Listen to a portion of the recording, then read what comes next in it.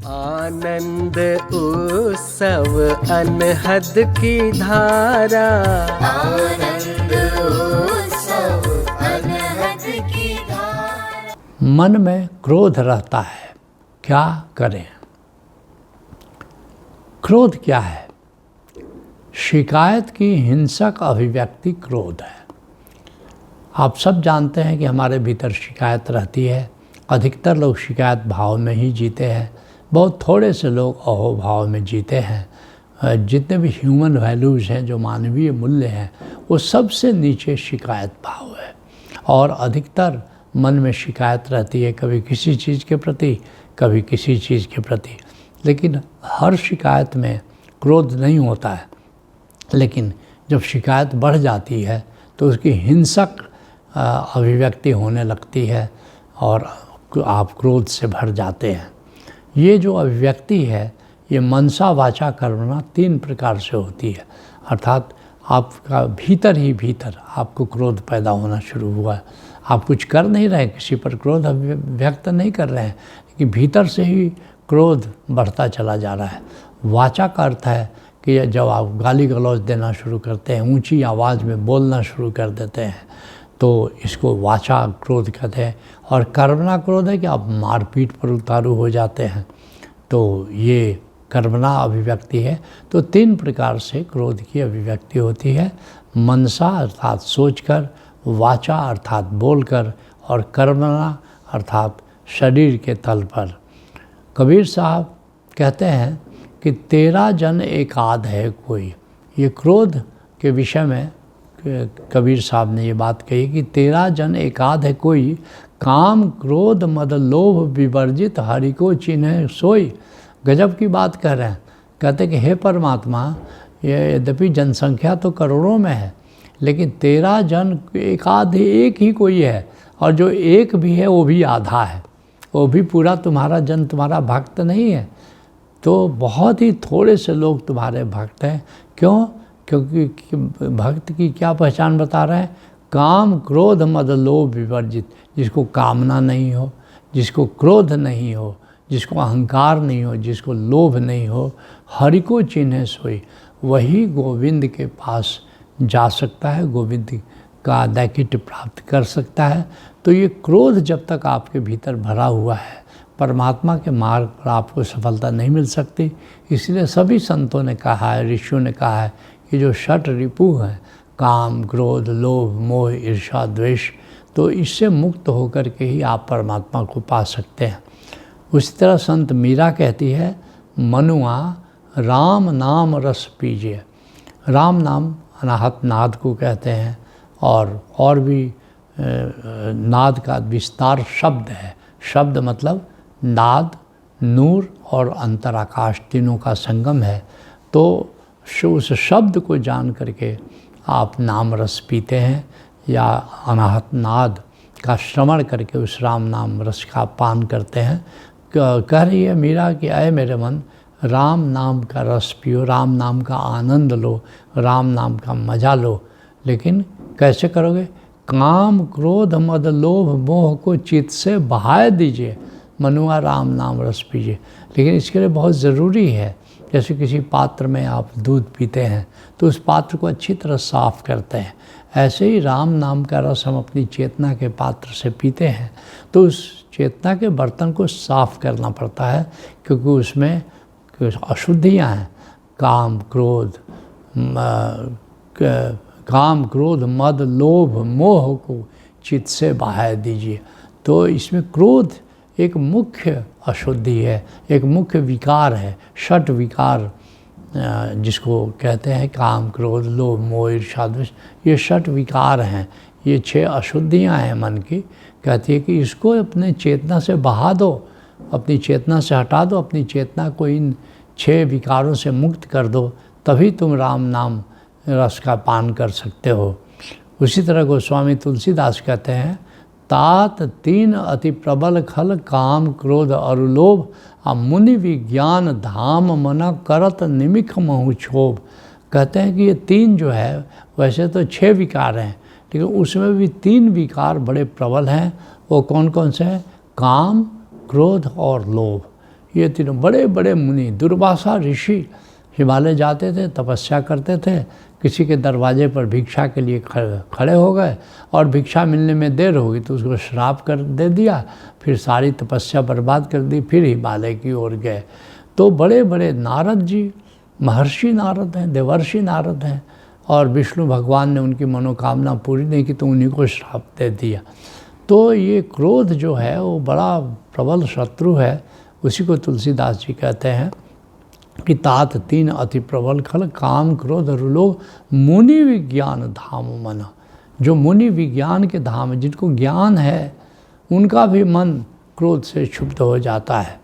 तो निश्चित रूप से ये क्रोध जो है एक बड़ा विकार है, प्रबल विकार है, और क्रोध से मुक्त होकर के ही परमात्मा के मार्ग पर हम निर्विघ्न चल सकते हैं। तो क्रोध का कारण क्या है, क्रोध क्यों होता है, ये 10 मुख्य कारणों की बात करेंगे जिससे आप क्रोध के विज्ञान को समझ लें। पहला कारण है कि कामना पूर्ति में बाधा होने पर क्रोध होता है। ये भगवान कृष्ण गीता में कहते हैं कामात क्रोधो भी जायते। जब आपकी कोई कामना पूरी नहीं होती है, कामना में कोई बाधा उपस्थित कर देता है, तो उस व्यक्ति पर आपको क्रोध आ जाता है। आप कुछ करना चाहते हैं, आप कोई एक्सपेक्ट करते हैं कि हमको ऐसा, आपको नौकरी में प्रमोशन हो जाए, और आपको लगता है कोई खास व्यक्ति है जो आपकी नौकरी में बाधा है, चाहे आपका बॉस हो सकता है या कलीग हो सकता है या कोई पदाधिकारी हो सकता है, तो उस व्यक्ति पर आपको क्रोध आना शुरू हो जाता है कि हमारा प्रमोशन हो जाता, उसने सीआर मेरा ख़राब कर दिया, नहीं तो मेरा प्रमोशन हो जाता। तो जब भी कोई कामना आपकी खंडित होती है, तो जिस व्यक्ति के कारण खंडित होती है उस व्यक्ति पर आपको क्रोध आ जाता है। दूसरा कारण है कुव्यवस्था होने पर क्रोध होता है। आप कोई होटल में ठहरने गए हैं और व्यवस्था ठीक नहीं है, कोई भोजन कर रहे हैं, भोजन ठीक नहीं है, तो जहाँ भी कुव्यवस्था हो जाती है तो वहाँ आपको क्रोध होना शुरू हो जाता है कि इस व्यक्ति ने ठीक से व्यवस्था नहीं की, वरना मेरी रात ठीक से बीती, नींद ठीक से आती, या ठीक से मैं भोजन करता। तो जो भी कारण होता है कुव्यवस्था का, उस व्यक्ति पर आपको क्रोध आ जाता है। तो तीसरा जो कारण है कि असुविधा होने पर क्रोध होता है। कोई आप सभी जानते हैं, हम सब सुविधा भोगी है, हमको खाने को अच्छा भोजन चाहिए, हमको सोने को अच्छा बिस्तर चाहिए, बाथरूम अच्छा चाहिए। तो जब भी एक जैसे गाड़ी की व्यवस्था, कहीं जाना है तो गाड़ी की व्यवस्था होनी चाहिए, तो कहीं भी आपको किसी काम में असुविधा होने लगती है तो पहले शिकायत जन्म होता है और फिर उसकी हिंसक अभिव्यक्ति पैदा होती है, तो असुविधा होने पर क्रोध हो जाता है। जो चौथा कारण है, उचित सम्मान नहीं मिलने पर क्रोध होता है। आप लोगों से सम्मान की अपेक्षा करते हैं और आपने देखा कि वो तो सम्मान नहीं मिला। जैसे हमारे यहाँ संत समागम हो रहा था, तो हम लोग बैठे थे एक जगह, संतों के साथ ही बैठे थे, और एक बुज़ुर्ग संत का प्रवेश हुआ। हमने उनको कहा कि हाँ विराजिए, लेकिन उनको क्रोध आ गया कि मैं आया था, आप लोगों को खड़े हो जाना चाहिए था मेरे सम्मान में। इतने क्रुद्ध हुए कि वे रूठ कर चले गए। तो ये जो बात है कि जब भी आपको उचित सम्मान, आपकी दृष्टि में लोग सम्मान दे रहे हैं, लेकिन आपको जिस प्रकार का सम्मान चाहिए, अगर उस प्रकार का सम्मान नहीं मिलता तो आपको क्रोध हो जाता है। जो पांचवा जो कारण है वो है कोई हमारी बात नहीं सुने या कोई हमारी बात नहीं माने तो क्रोध हो जाता है, और ये क्रोध का एक बड़ा कारण है। एक विचित्र बात ये है, कभी कभी मैं मजाक में कहता हूँ कि जब कोई बच्चा पैदा होता है तो ब्रह्मा जी उसके दोनों कान में फूंकते हैं। एक कान में कहते हैं कि किसी के अनुसार मत चलना, और दूसरे कान में कहते हैं कि सबको अपने अनुसार चलाना। अब शुरू में ही बच्चा में द्वंद्व हो गया कि हम किसी के अनुसार चलना नहीं चाहते और लोगों को अपने अनुसार चलाना चाहते हैं। पिता पुत्र को अपने अनुसार चलाना चाहता है, पुत्र पिता को अपने अनुसार चलाना चाहता है, और गजब की बात यह है कि कोई किसी के अनुसार चलना नहीं चाहता। तो जब हमारे अनुसार कोई नहीं चलता है, हमारी बात नहीं मानता है, तो क्रोध का जन्म हो जाता है। जो छठा कारण है कि निंदा सुन कर के क्रोध आता है, कि कोई हमारी प्रशंसा करता है तो हम फूल कर कुप्पा हो जाते हैं, लेकिन कोई हमारी निंदा करता है या कोई बताता है कि वो तुम्हारी निंदा कर रहा था, तो फिर क्रोध का जन्म हो जाता है कि मैं तो अच्छा आदमी हूँ, पता नहीं क्यों मेरी निंदा कर रहा है। उस व्यक्ति पर आपको क्रोध आ जाता है।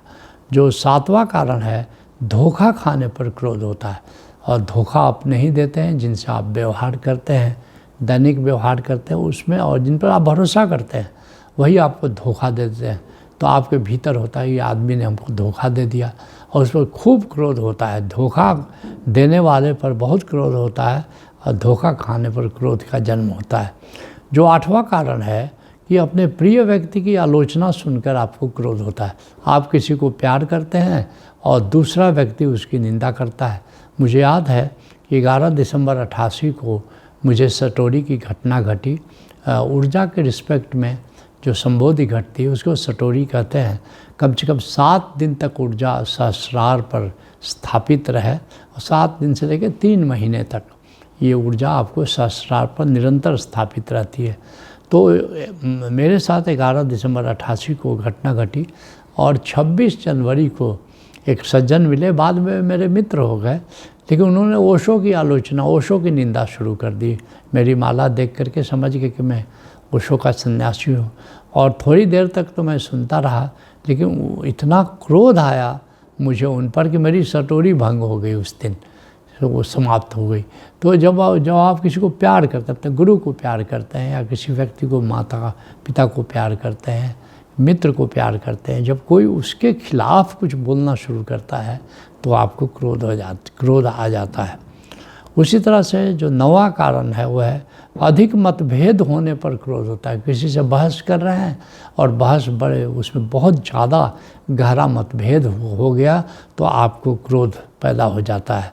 और 10वां जो कारण है, भूत प्रकृति से विपरीत व्यवहार मिलने पर आपको क्रोध होता है। जैसे आपका भूत है, जैसे आपका जो अहंकार है उसको भूत प्रकृति कह रहे हैं, जो स्यूडो नेचर है। जैसे आपका भूत है आई एम राइट, मैं सही हूँ, तो जैसे कोई आपको गलत कहना शुरू करेगा आपको क्रोध आ जाएगा।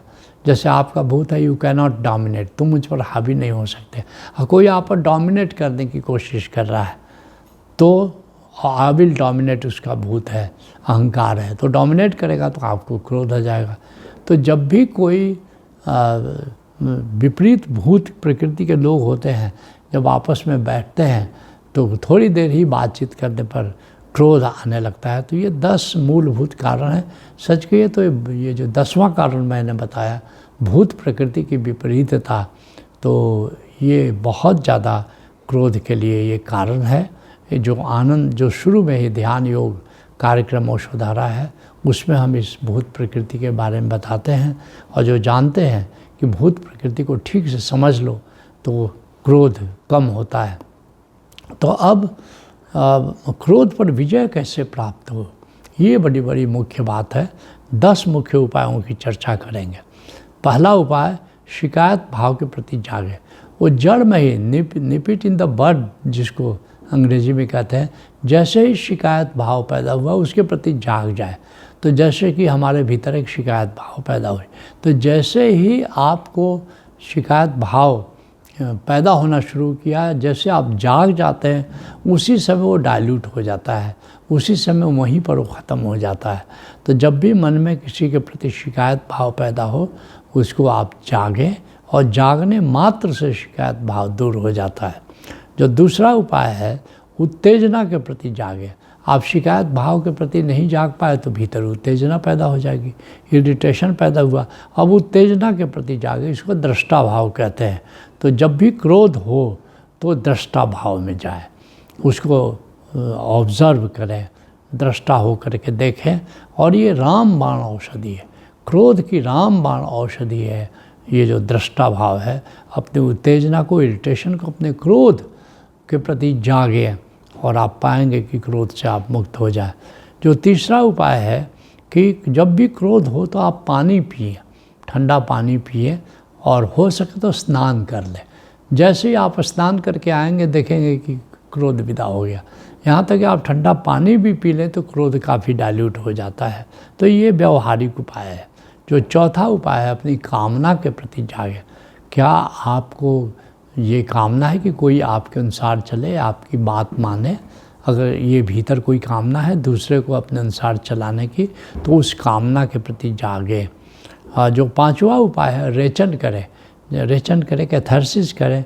जैसे ओशो ने सक्रिय ध्यान डायनामिक मेडिटेशन बनाया, उसका एक पूरा चरण 10 मिनट का रेचन करें। जोर से चिल्लाना, रोना, हंसना, इसको रेचन कहते हैं। तो रेचन करने से भी क्रोध विदा हो जाता है। जो छठा उपाय है कि अपनी सांसों के प्रति जागे और सांसों को लंबी और गहरी कर लें, क्योंकि जब आप क्रोधित हो जाते हैं तो सांस बहुत जल्दी जल्दी चलना शुरू करती है। तो आप सांस को थोड़ा लंबी सांस लें, लंबी सांस छोड़ें, और ये 5-10 मिनट आप करेंगे तो आप पाएंगे कि क्रोध से आप मुक्त हो गए। फिर सातवां जो उपाय हो, साक्षी रहें, आत्मस्मरण में रहें, अपनी आत्मा का स्मरण करें, आत्मा के तल पर जिए, आत्मा से जुड़ करके जिए तो आप देखेंगे कि क्रोध विदा हो जाता है, क्योंकि आत्मा के तल पर कहीं कोई क्रोध नहीं है। जो आठवां उपाय है कि कुछ सृजन करें ताकि आपकी भीतर जो ऊर्जा है सृजन में लग जाए। क्रोध आया है, आप कविता कर सकते हैं तो कविता करें, गाना गा सकते हैं तो गाना गाएं, चित्रकला कर सकते हैं तो चित्रकला करें। तो कुछ न कुछ आप सृजन करें, या बागवानी करने लग जाएं, आप बगीचे में चले जाएं, बागवानी करें। तो सृजन जब आप करते हैं तो क्रोध से मुक्त हो जाते हैं, क्योंकि क्रोध की ऊर्जा सृजन ऊर्जा में लग जाती है। नौवां जो उपाय है, अपने भूत प्रकृति के लिए जागें। जैसे आपका भूत है, यू कैन नॉट डोमिनेट, तो आपको पता होना चाहिए कि कोई व्यक्ति मुझे सलाह देगा तो मुझे क्रोध आ जाएगा। तो जैसे ही किसी ने सलाह देना शुरू किया, आप अपने भूत के प्रति जागे कि मेरा पिंटू कब जाग जाएगा। एक फिल्म आई थी ना, मैं पिंटू को गुस्सा कब आता है, तो ये पिंटू जो है आपका भूत है।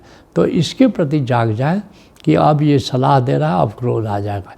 या आपका भूत मैं सही हूँ, जैसे ही कोई आलोचना किया करना शुरू किया, आप जाग जाएं कि अब मेरा भूत मैं सही हूँ, अब मुझे क्रोध आ सकता है। और 10वां उपाय है, स्वीकार भाव में जिए, प्रतिकूलता से राजी हो जाए, क्योंकि ये जीवन ऐसा है, कभी अनुकूल होगा, कभी प्रतिकूल होगा, कभी प्रशंसा मिलेगी, कभी निंदा मिलेगी, कभी जीत मिलेगी, कभी हार मिलेगी, कभी मान मिलेगा तो कभी अपमान मिलेगा। तो ये प्रतिकूलता से आप राजी हो जाएं कि जीवन ऐसा ही है, तो फिर आप क्रोध से मुक्त हो जाते हैं। कुछ होता है, आनंद गीता में हमने लिखा है, कुछ होता है अनुकूल यहाँ, कुछ होता है प्रतिकूल यहाँ, हम व्यर्थ पात से कपते हैं, कुछ शूल यहाँ, कुछ फूल यहाँ, लहरों को उठने गिरने दो, भीतर चैतन्य न कंपने दो, निष्कंपम शरणम गच्छामि, भज ओशो शरणम गच्छामि। तो आज के सत्संग को यहीं विराम देते हैं। आनंद उत्सव अनहद की धारा, आनंद